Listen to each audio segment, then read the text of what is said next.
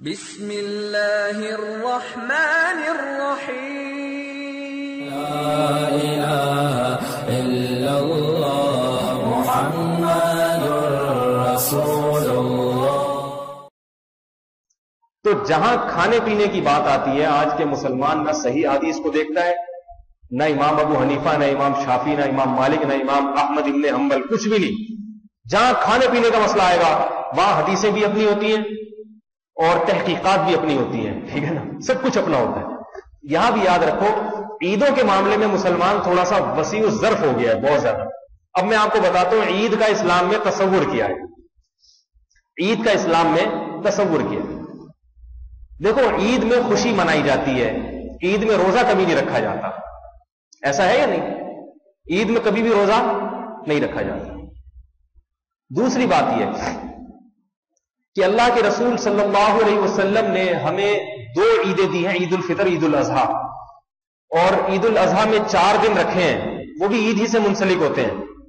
ان 4 دنوں میں روزہ رکھنا حرام ہے، اور عید الفطر کے دن بھی روزہ رکھنا حرام۔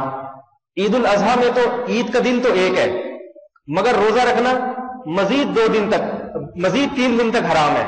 اس کی ایک وجہ یہ بھی ہے کہ عید کے دن اللہ نے عید اس لیے رکھا کہ آپ نے جانور ذبح کیا ہے اور اللہ آپ کو گوشت کھلا رہا ہے۔ اب گوشت باقی رہتا ہے ایک ہفتے تک، آپ نے روزے رکھ لیے تو اس کا کیا مطلب ہوا کہ پھر گوشت کٹوانے اور ذبح کرنے، اور یہ فائدہ کیا ہوا اس کا؟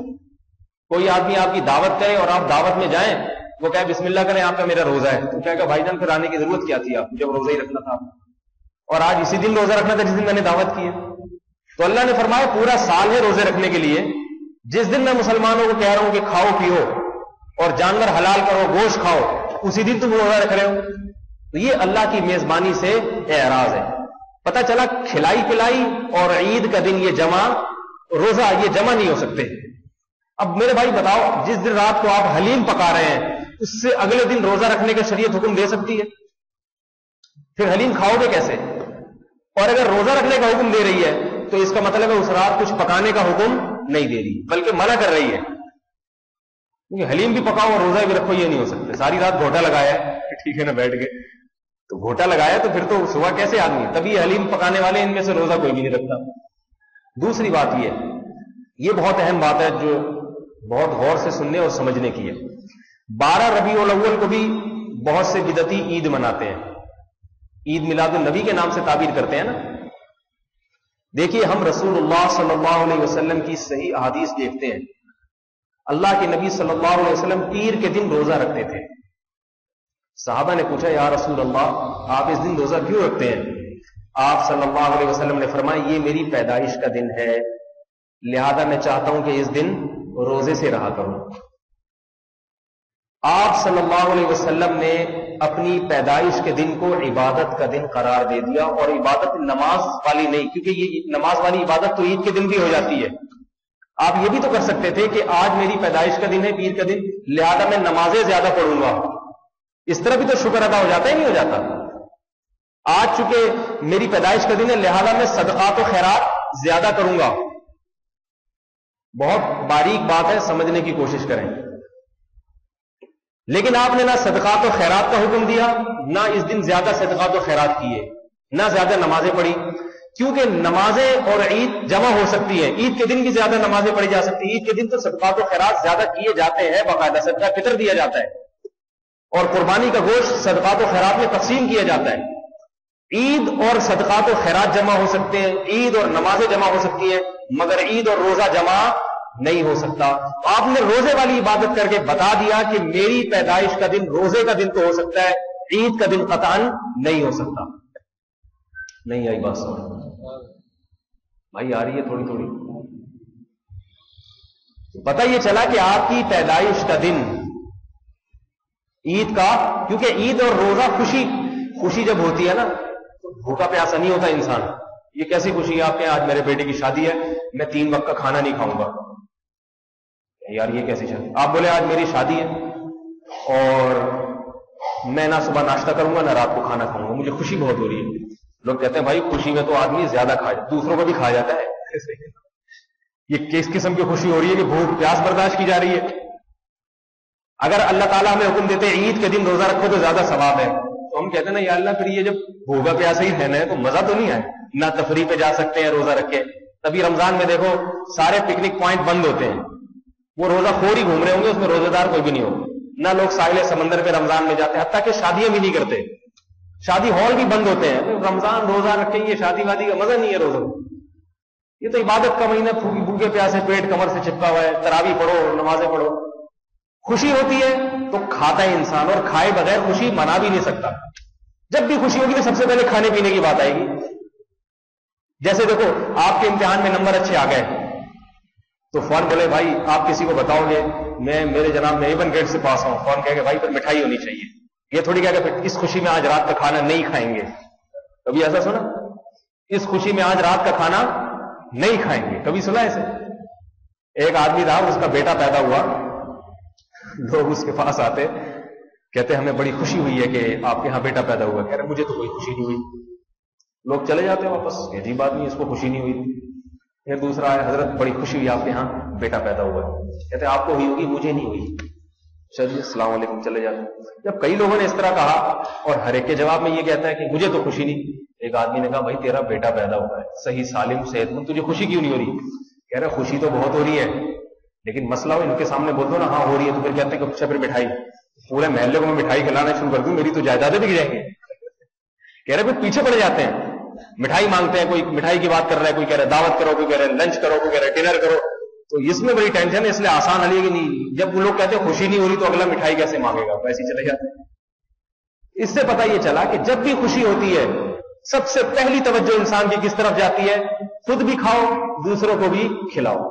یہ انسان کی فطرت ہے, اور شریعت نے انسان کی اس فطرت کی رعایت کی ہے, کیونکہ اسلام ایک نیچرل مذہب ہے, انسان کی فطرت کے خلاف حکم نہیں دیتا.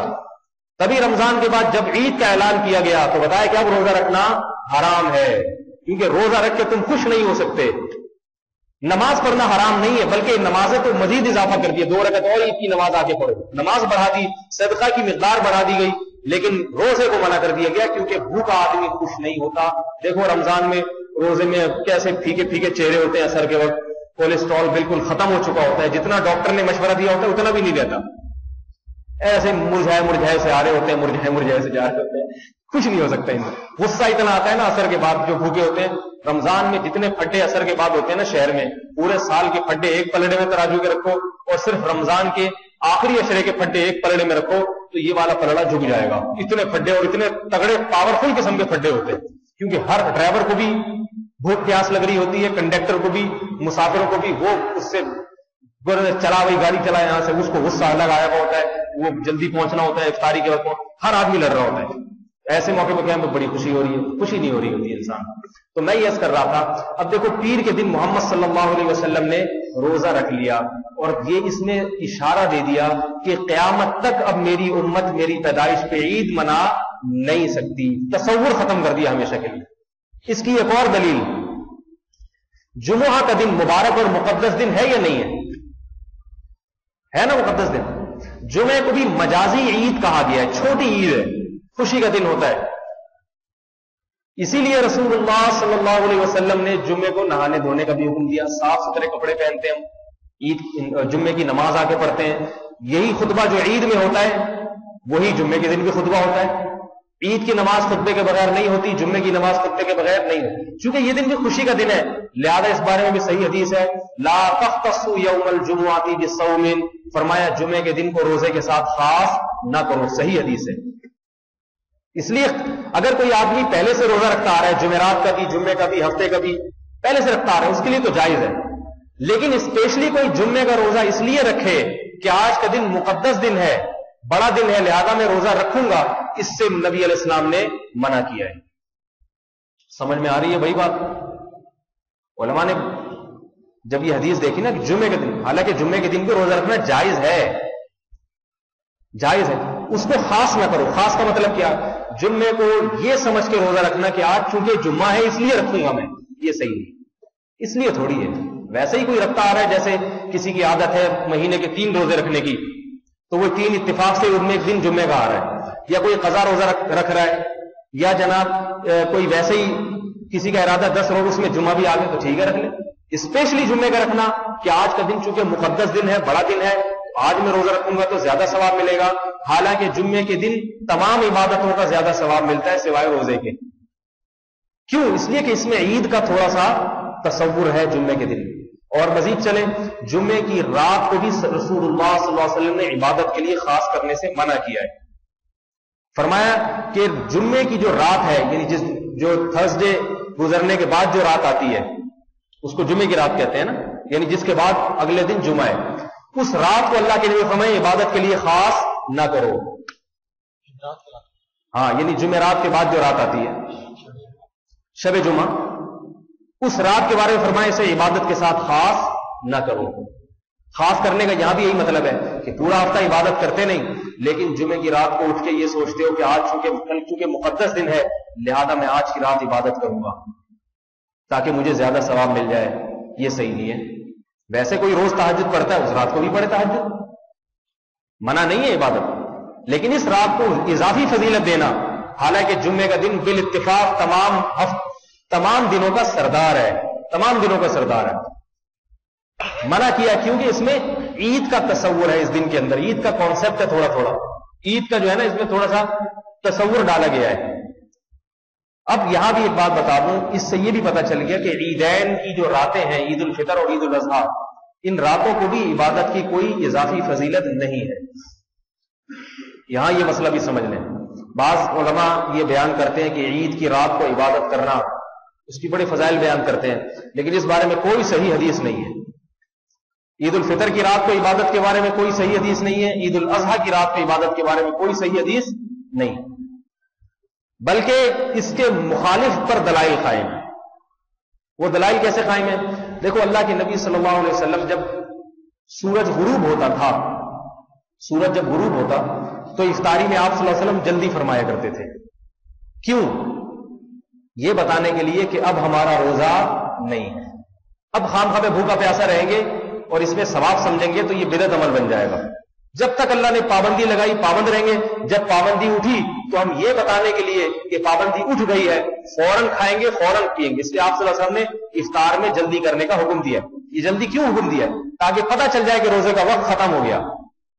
تو یاد رکھو، رمضان میں دو عبادتیں ہیں، ایک دن کا روزہ اور ایک رات کی تراویح اور تہجد. یہ مستقل دونوں عبادتیں، دونوں رمضان کے ساتھ خاص ہیں. تہجد کی جو فضیلت رمضان میں وہ دوسرے پورے سال میں نہیں ہے، تبھی رات کو جاگنے کا بہت حکم دیا ہے. اب جیسے ہی عید کا چاند نظر آیا تو یہ دونوں عبادتیں مرتفع ہو گئی. سمجھ رہے ہیں نا؟ جو رمضان کے ساتھ خاص تھی یہ دونوں عبادتیں کیا ہو گئی؟ ختم. لہذا عید کی رات کو یہ سمجھنا کہ آج میں عبادت کروں گا تو زیادہ ثواب ملے گا، یہ اس اصول اور قیاس کے بھی خلاف ہے اور صحیح حدیث سے بہرحال ثابت نہیں ہے. ویسے بھی ایک بات ہے، اس کو لیلۃ الجائزہ کہا جاتا ہے نا، انعام کی رات. تو جو انعام کی رات ہوتی ہے وہ عبادت کی رات نہیں ہوتی. جیسے عید کا دن انعام کا دن ہے نا، انعام کا دن کا کیا مطلب؟ روزے رکھے اب اللہ سے تمہیں اس کا اجر ملے گا.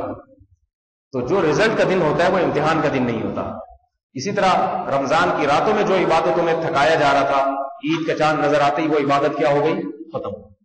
باقی کوئی تہجد کا معمول ہے تو وہ عید کی رات میں تہجد پڑھے، جس کا معمول نہیں ہے وہ نہ پڑھے. پوری رات پورا سال سوتا رہا ہے تو ایک دن اور سو جائے، اس لیے سو جائے کہ چلو کل عید کا دن میں جاگ کے گزاروں گا، ذرا اچھا گزر جائے گا تھوڑا کھاتے پیتے، ورنہ پوری رات عبادت کرے گا. اب بعض لوگ اس کے اتنے فضائل بیان کرتے ہیں کہ عید کی جس نے احیا لیلۃ الفطر، جس نے عید کی رات کو زندہ کیا، پوری رات جاگا رہا، تو یہ فضیلت. میرے بھائی جب پوری رات ایک آدمی عید کی رات جاگے گا تو وہ پھر عید کی صبح کو خوشی کیسے منائے گا؟ اس کو تو اونگ رہا ہوگا، لوگ مل رہے ہوں گے اس سے آ کے، حضرت خیریت سے ماشاءاللہ عید مبارک.